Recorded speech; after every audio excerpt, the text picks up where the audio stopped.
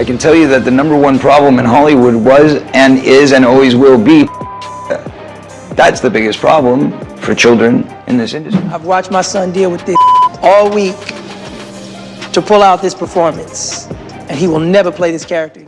Hollywood loves a good fairy tale. Rising stars, red carpets, and kids who seem to have it all. But behind the scenes, that's a whole different story. Growing up in the industry isn't all glitz and fame. For many child actors, it's a pressure cooker of long hours, controlling adults, and don't ask questions rules. Some were treated like cash machines. Others faced situations that no kid should ever deal with. And let's not forget the weird, unspoken Hollywood traditions that raise more than a few eyebrows. Over the years, former child stars have come forward, spilling stories that make you question everything you thought you knew about show business. Turns out, the Hollywood dream isn't so dreamy when you're living it as a kid. So what really goes on behind the scenes? Let's just say, it's not all autograph signings and free snacks at craft services. Jaleel White. Jaleel White will always be remembered as Steve Urkel, the lovable, nerdy, suspender-wearing character who had everyone saying, "Did I do that?" But while we were busy laughing at his antics on Family Matters, White was dealing with the not-so-funny realities of being a child star. One moment he was playing Urkel, America's favorite geek. The next, he was being pressured into wearing a dress for laughs. White has spoken openly about how uncomfortable the experience was, revealing that it left him in tears. I did run into an issue. Joe Marie and Reggie at that time were very sensitive to putting black men in dresses. And they heaped that on me. And not just a few sniffles, he broke down after filming. "I cried like a baby at the end of that taping," White admitted. "I just broke and I just cried. I mean, that evening I felt like a girl. I felt like a girl playing Myrtle Urkel. But I cried like a baby at the end of that taping. I just broke. And I just cried. So what was the deal? Why was a teenage Jaleel White suddenly being dressed as a woman? Well, Hollywood has a long and weird history of putting black male actors in dresses for comedic effect, something Dave Chappelle has called out multiple times. According to White, the idea was for his character to impersonate his cousin, Myrtle Urkel, as part of the show's storyline. But even though he went along with it, some of his older castmates weren't thrilled about the whole situation. Joe Marie and Reggie at that time were very sensitive to putting black men in dresses, White recalled, referring to his Family Matters co-stars Joe Marie Payton and Reginald Vell Johnson. "They let me know that I was not doing our race a service by putting on that yellow dress." That's a heavy conversation for a young actor to have, especially when all he wanted to do was make people laugh. Now you might be thinking, okay, but plenty of actors have played gender-bending roles in comedy. What's the big deal? The issue isn't just about wearing a dress. It's about the pattern. From Flip Wilson's Geraldine to Martin Lawrence's Big Mama to Tyler Perry's Medea, there's been a long-standing trend in Hollywood of dressing black male actors as women for laughs. And while some may see it as harmless comedy, others argue that it's a subtle way of undermining their masculinity and boxing them into roles that fit Hollywood's expectations. Dave Chappelle has spoken about this exact issue, sharing his own experience of being asked to wear a dress in a movie with Martin Lawrence. "I walk in the trailer, and there's this dress," Chappelle said. "They come in, 'Dave, listen, we got this hilarious scene. Martin's sneaking out of jail, so he disguises you as a prostitute. You put this dress on." Chappelle refused, saying, So I walk in the trailer, I'm like, man, this must be the wrong trailer because there's a dress in here. They come in, the writer comes in, I think he's the writer, he's like, "Dave, listen, you got this hilarious scene where Martin's sneaking out of jail, so he disguises you as a prostitute. And he put this dress on." That should have been a discussion. But instead of taking no for an answer, the production team pushed back, telling him, "All the greats have done it." Chappelle's response? "If all the greats have done it, then it's kinda hacky, right?" All the greats have done it. So, well, if all the greats have done it, it's kind of hacky, right? You're right. So why don't we just not do it? Because I don't feel comfortable wearing a dress. White, on the other hand, didn't have the same power to say no. He was a teenager, still trying to navigate his place in the industry. And let's be real, saying no to producers when you're a kid actor is a whole different ballgame. White ultimately played the role, delivering yet another fan-favorite performance. But behind the scenes, the experience left a mark. Looking back, White acknowledges that being a child star came with a lot of strange pressures. Everybody has a default. Do you crumble? Do you wilt under pressure? Do you rise? Do you surprise yourself? He said. For him, the instinct was to push through and perform. But that didn't mean it was easy. Dustin Diamond.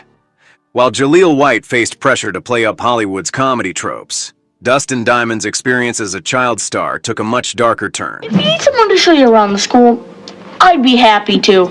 I could show you the lunch bar, Shut up. or I could do... Best known for playing the dorky yet lovable Screech on Saved by the Bell, Diamond didn't just struggle with life after fame. He felt like Hollywood used him and tossed him aside. And he didn't hold back when talking about it in his memoir, Behind the Bell. The industry and other celebrities can say whatever they want. They want to hide all their skeletons. They don't want anything to be known. But the public can say whatever they want. I don't think he should write this book. But who was sleeping with who? I want to know. And they'll flip through. I mean, like, you know, people can try to shy away from it all they want. But if gossip weren't... Diamond pulled back the curtain on what really went down behind the scenes of the beloved 90s sitcom. And let's just say, it wasn't all high school hijinks and innocent fun. In fact, he claimed that being part of the show was more isolating than anything.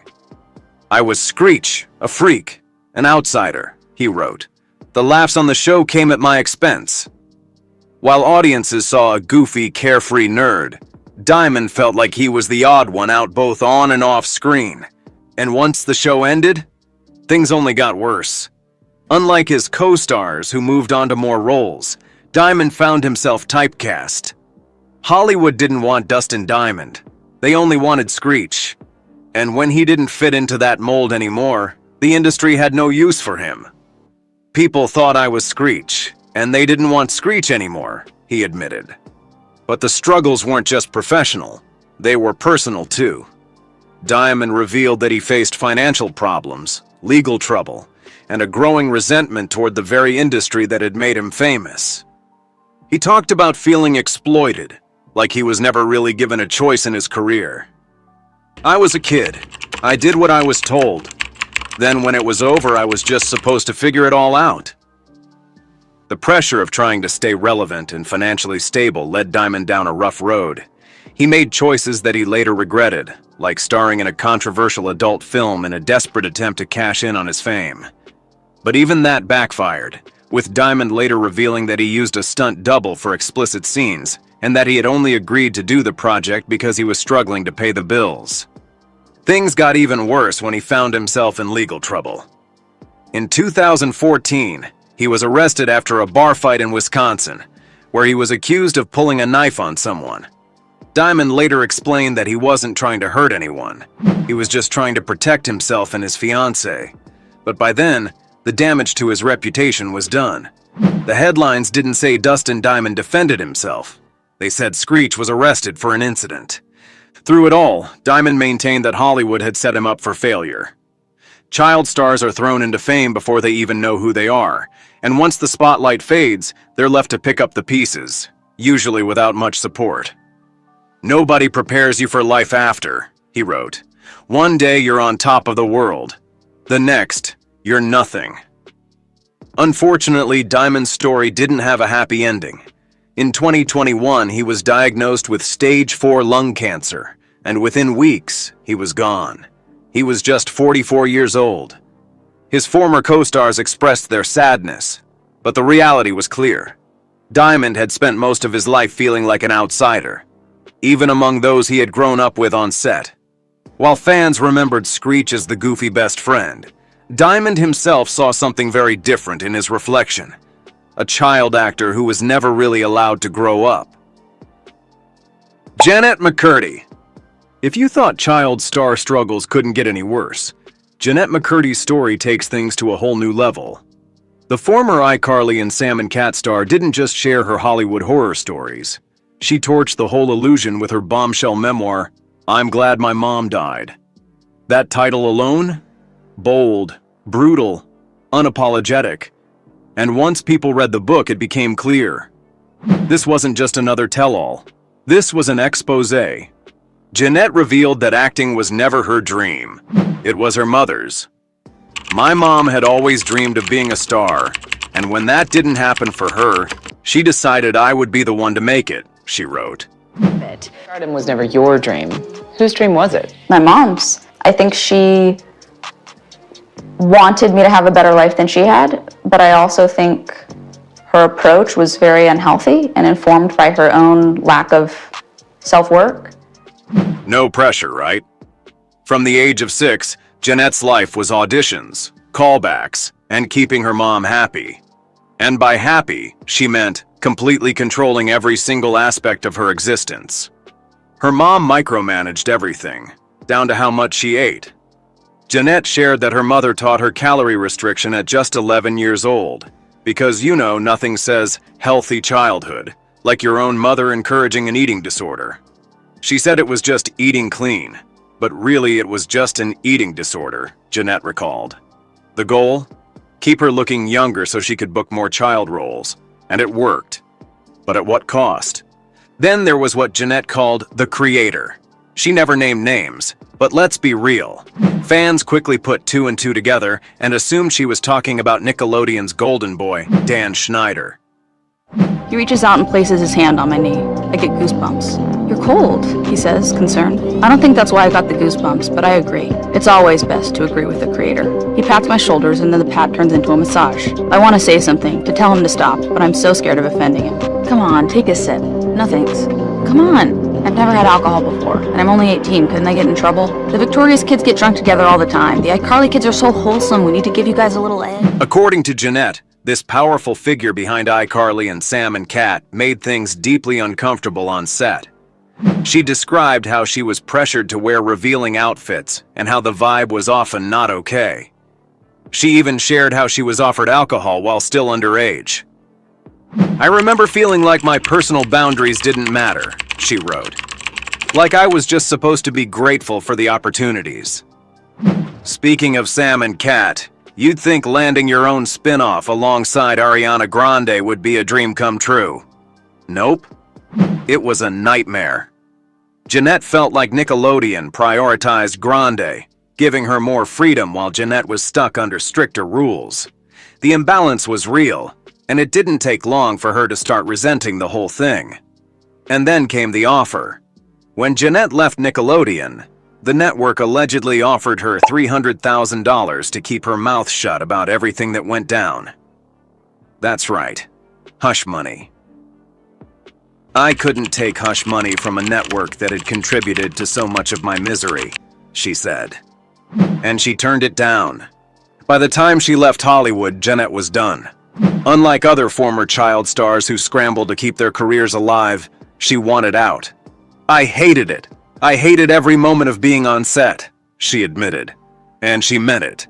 She stepped away from acting entirely, focusing on writing and directing, things she actually enjoyed. But breaking free from Hollywood wasn't just about quitting acting. It meant completely unlearning everything her mother drilled into her. And that took time.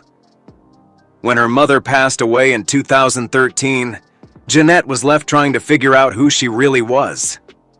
My mom controlled every aspect of my life. When she passed, I didn't know who I was without her, she wrote. Therapy, self-reflection, and a lot of unlearning finally helped her find her own identity. Now, Jeanette is finally living life on her own terms. With I'm Glad My Mom Died, she shattered the illusion of child stardom and exposed the darker side of the industry. Her story wasn't just shocking, it was necessary. And unlike so many others, she didn't just survive Hollywood. She walked away for good. And that is a happy ending. Todd Bridges. Todd Bridges, the guy who made us all laugh as Willis Jackson on Different Strokes, has a story that's anything but lighthearted.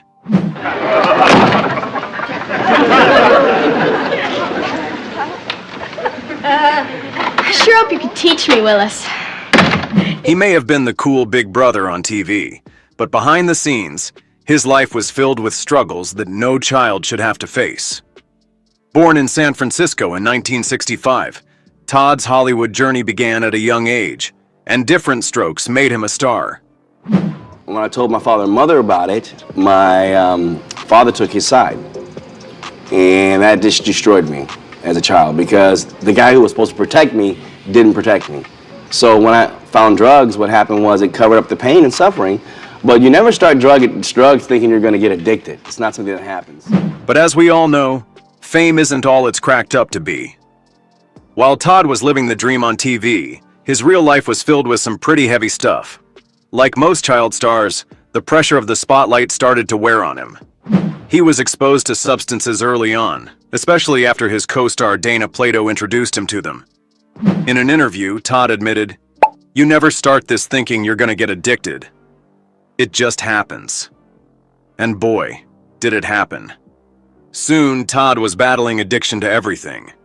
It wasn't just that messed with Todd, though. The real kicker came when he felt completely betrayed by his own father. Todd explained, "When I told my father and mother about it, my father took his side, and that just destroyed me as a child. The guy who was supposed to protect me didn't protect me." When I told my father and mother about it, my father took his side. And that just destroyed me as a child because the guy who was supposed to protect me didn't protect me. That was the moment Todd's world really started to crumble. His father's failure to protect him from the dangers of the industry sent Todd into an emotional spiral. As his personal life spiraled out of control, so did his career. He ended up in and out of legal trouble, and by the time he was in his 20s, he was known just as much for his struggles as for his acting. But here's the thing about Todd. He didn't let it all take him down for good. After hitting rock bottom, he managed to claw his way back. He got clean, turned his life around, and became an advocate for recovery. In one interview, Todd shared how he now tries to help others. "Hollywood's not all roses and sunshines. It can eat you alive if you're not careful." And that's the truth. Todd's story is a reminder of how tough the industry can be on young stars. But what's really inspiring is how he's used his painful past to help others. He's open about his struggles, hoping that sharing his story will help young actors avoid the same pitfalls. And hey, it's not all doom and gloom. Todd's found redemption and is living a much healthier life these days. He's sober, speaks out about the importance of mental health, and even helps others who are battling addiction. After everything he's been through, Todd's still standing, and that's something to celebrate. So next time you watch Different Strokes and hear Willis's iconic lines, remember, there's a lot more to Todd Bridges than meets the eye. His life's a mix of heartbreak, struggle, and ultimately resilience. As he's said himself, it's not about how many times you fall, it's about how many times you get back up. And Todd has gotten up more times than we can count. Corey Feldman. Corey Feldman's life, much like his childhood acting career, reads like a dramatic roller coaster of fame, betrayal, and eventually, a quest for justice. Saying that there are people that were the people that did this to both me and Corey that are still working, they're still out there, and they're some of the richest, most powerful people in this business. And they are. And they do not want me saying what I'm saying right now. Are you saying that they're Yes. and that they're still in this business? Yes. If you grew up in the 80s and 90s, you know Corey as the kid with the big smile and even bigger hair, starring in iconic films like The Goonies and Stand By Me. But as we know with many child stars, fame is a double-edged sword. And for Corey, that sword came with deep scars. In a raw and emotional interview with Barbara Walters in 2013, Corey opened up about his darkest experiences in Hollywood, pulling back the curtain on the industry's ugly secrets. There are a lot of parents out here who want to put their kids in this business. Their kids are cute, they're great actors, What would you say to a parent who just has the best of intentions who's coming here with their child? If you're saying that there's a lot of in this industry. It's a many-feathered bird. Corey's battle started early in his career, and he wasn't shy about addressing the hidden dangers lurking in Hollywood. One of the most shocking revelations in the interview was his claim that as a child star, he was hurt by powerful people in the industry. "There are a lot of people who did horrible things to me," Corey said, clearly emotional. "And they're still in power, and they're still out there, and they still work in Hollywood." His words hit like a punch to the gut, revealing a harsh reality that many are unwilling to acknowledge. But it wasn't just that made Feldman's story one of survival. It was the way the industry, his agents, his friends, and the media handled it. Corey was quick to point out that these incidents weren't isolated, but systemic. He bravely spoke about how the predators who exploited him and others have managed to stay in the industry and continue their harmful ways. "The people who did this to me are still working," he said, adding that his experiences were not unique to him, but a pattern that continues to affect young actors in Hollywood. Perhaps one of the most chilling parts of the interview was when Corey was asked about his past struggles with substances and alcohol. He explained how, at a young age, he turned to substances as a way to cope with the trauma of his childhood. "I was drinking and partying at 14, just to try to numb the pain," he revealed. It wasn't just the trauma that led Corey down that dark path. It was the pressure of being a child star. Fame, fortune, and the expectations of Hollywood were too much for the young Feldman to handle, and his response was to bury the hurt beneath a haze of substances. But despite everything he had endured, Corey refused to let it break him. The interview was a defining moment for him, as it marked a shift from being the industry's darling to becoming an advocate for change. Corey didn't just want to expose the predators. He wanted to protect the next generation of actors from falling into the same traps. "I'm not doing this for me," he said. "I'm doing this for the kids coming into this industry who don't know any better. I want to be the one to protect them." His mission for justice didn't stop with the interview. In the years that followed, Corey became an outspoken advocate, trying to expose the names of those he claimed were responsible for the pain, although he has remained vague about specifics. In 2020, he even launched a crowdfunding campaign to make a documentary in which he named some of the individuals he claims were involved in his hurting, and that of his late friend, Corey Haim. The documentary stirred up even more controversy, with critics questioning his claims and casting doubt on the details. But Feldman remained adamant, and his resolve to shine a light on the dark side of Hollywood never wavered. "I'm not going to let these people get away with it," he declared. "I'm doing this so that we can stop it from happening to the next generation of kids." Corey's journey hasn't been easy, and it's been far from glamorous. From being the poster child of 80s cinema to facing personal demons and taking on Hollywood's biggest predators, his story is one of resilience. He took a major risk by opening up about his problems, and while the road has been difficult, he's used his platform to stand up for what's right. Despite the backlash and the challenges, Corey Feldman's fight for the truth continues. It's easy to forget that the child stars we watched on screen were often dealing with things we couldn't even begin to understand. Corey's story, while filled with heartache and loss, is ultimately one of survival and an unwavering determination to protect others. He's turned his trauma into a mission, and in doing so, has become more than just the 80s heartthrob. He's become a warrior for justice.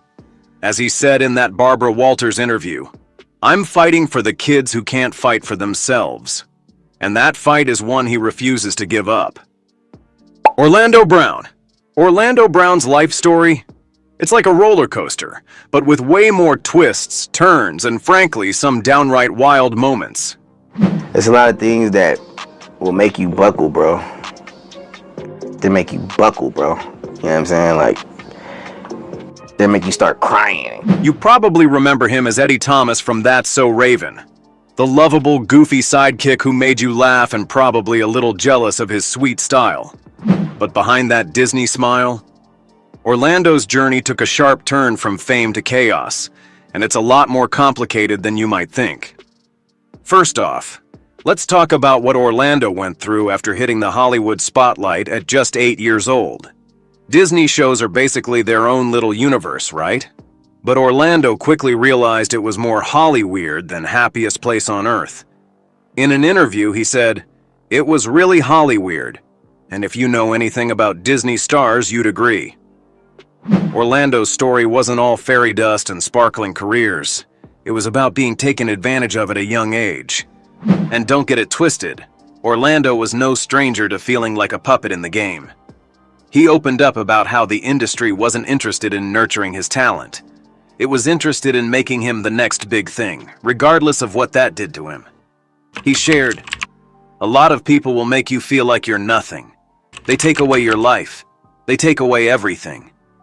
Hollywood can be brutal like that, especially when you're just a kid trying to figure out who you are." But Orlando's troubles didn't stop there. By his late teens, the pressure of living up to the Disney perfect image started to unravel. His behavior got more erratic, and he was dealing with serious substance issues. Orlando fell hard into the darker side of fame. "You don't know what's going on in a kid's head when they're in this situation," he said in an interview, making it clear that the industry wasn't exactly helping with his mental well-being. Now let's get real for a second. His story didn't get any easier. He was open about how the exploitation he experienced led to a lot of personal struggles. From being taken advantage of by people in power to not feeling in control of his own life. Orlando made it clear that fame came with a serious price. But he didn't just wallow in that mess. He worked to find his way out. "I wasn't ready for the fame, and I wasn't ready for the pressure," he confessed. These days, Orlando is working on turning his life around, stepping away from his past demons and starting fresh. While it's been a bumpy ride, his openness about recovery is something to admire. He's learning to speak up for himself. And yeah, it's taken a while, but he's slowly regaining control of his own story. "I wasn't ready for all that, man," Orlando admits, reflecting on the years of struggles. "But now I'm taking it back." On the patents, Kiki Palmer's juice. Halle Berry's. So, if you thought Orlando Brown's life was all laughs and good times, think again. His story is one of survival, struggle, and coming back from the edge. Fame didn't do him any favors, but it looks like he's finally taking the wheel of his own journey. Hollywood wasn't kind to him, but he's working on finding his own peace outside of the spotlight, one step at a time. Bow Wow. Bow Wow's rise to fame was nothing short of meteoric. He was just a kid, 13 years old, when he hit the scene with his debut album Beware of Dog, and suddenly, everyone knew his name. You do the Bow Wow. That's what I want to know, man. What the you do the Bow Wow, man? Cause what the you do the Bow Wow? He was just fine when he was with Snoop. He was the young rapper with the smooth moves, the catchy hooks, and the future of hip-hop tag. But, as we all know, the entertainment industry isn't always as shiny as it looks on the surface. For him, the fame, fortune, and glitz came with a price. An emotional and mental toll that took years to unpack. Let's be real. Bow Wow's story isn't just about growing up in the spotlight. It's about the weight that comes with having the world watch you as a young star. Imagine being a preteen with millions of fans, and then being told you have to keep up this perfect image. It's like being in a pressure cooker with no way out. "I was a kid with a big responsibility. It wasn't fun," Bow Wow said, straight up acknowledging the dark side of his early career. And, yeah, it makes sense. How could a kid, no matter how talented, handle the constant pressure and scrutiny that comes with being a public figure? It wasn't just the media attention or the constant need to perform that took a toll on him. It was also the exploitation that came with being a cash cow for record labels in Hollywood. From a young age, he was pushed to sell records, land roles in movies, and maintain a clean-cut, family-friendly image. But underneath all that, he was struggling. He was pressured to live up to impossible standards, and in some ways, his own childhood was lost to the business. "I don't know what it's like to be a regular kid, and I can't say I ever will," he admitted. As he grew older, the pressures only got worse. The weight of expectation, The constant comparisons and the feeling of being trapped by his own fame started to eat at him. In his 2018 album teaser Atticus Sess side, get it? Atticus Sess is sadness, spelled backwards. The artist opened up about the darker side of his journey. Person who gave me my start. So I felt like I had to just live up to those expectations, you know. And then Jermaine Dupri working with me, it was kind of like I had no choice but to succeed and hit it big. There's so much pressure when people are expecting you to be perfect all the time. There's no room for failure, he said, revealing that the industry's expectations weighed heavily on his mental health. And let's not forget how he became a figure of scrutiny for his relationship with Jermaine Dupri, who helped launch his career. As he reflected, "I felt like I had no choice but to succeed. Jermaine had made me a star, and the pressure was on to keep that momentum going." Now, when someone like Jermaine Dupri, one of the biggest names in hip-hop, gives you a shot, that's a lot of responsibility. But Bow Wow felt it wasn't just about making hits. It was about keeping a reputation intact. And sometimes, that meant doing things he wasn't fully comfortable with. He also dealt with the pressures of his personal life being public. His relationships, his growing pains, everything was on display for the world to judge. It wasn't just about music anymore. It was about creating this persona that the public could digest. That kind of pressure can drive anyone crazy, let alone a young kid growing up in a harsh industry. "I wasn't able to live a normal life. I couldn't go anywhere without people watching me," Bow Wow shared. But here's the thing. He's not the only one who's felt this way. The entertainment industry has a long history of exploiting young stars, and Bow Wow was no exception. He may have had the world at his feet, but behind the scenes, it was a struggle to hold it all together. Through the ups and downs, Bow Wow's story is one of resilience, learning how to break free from the chains of exploitation and find peace with his own identity. These days, Bow Wow's been more open about his past and his journey to reclaim his life. He's had his fair share of struggles, but he's still standing. And while the industry tried to mold him into what it wanted, he's learning to take control of his own narrative, one step at a time. So, after hearing all these shocking stories, do you think Hollywood is finally ready to change its ways? Or will these child actors' painful experiences keep getting swept under the rug? Share your thoughts in the comments down below. Thanks for tuning in, and be sure to check out these other videos we've selected just for you. Catch you in the next one.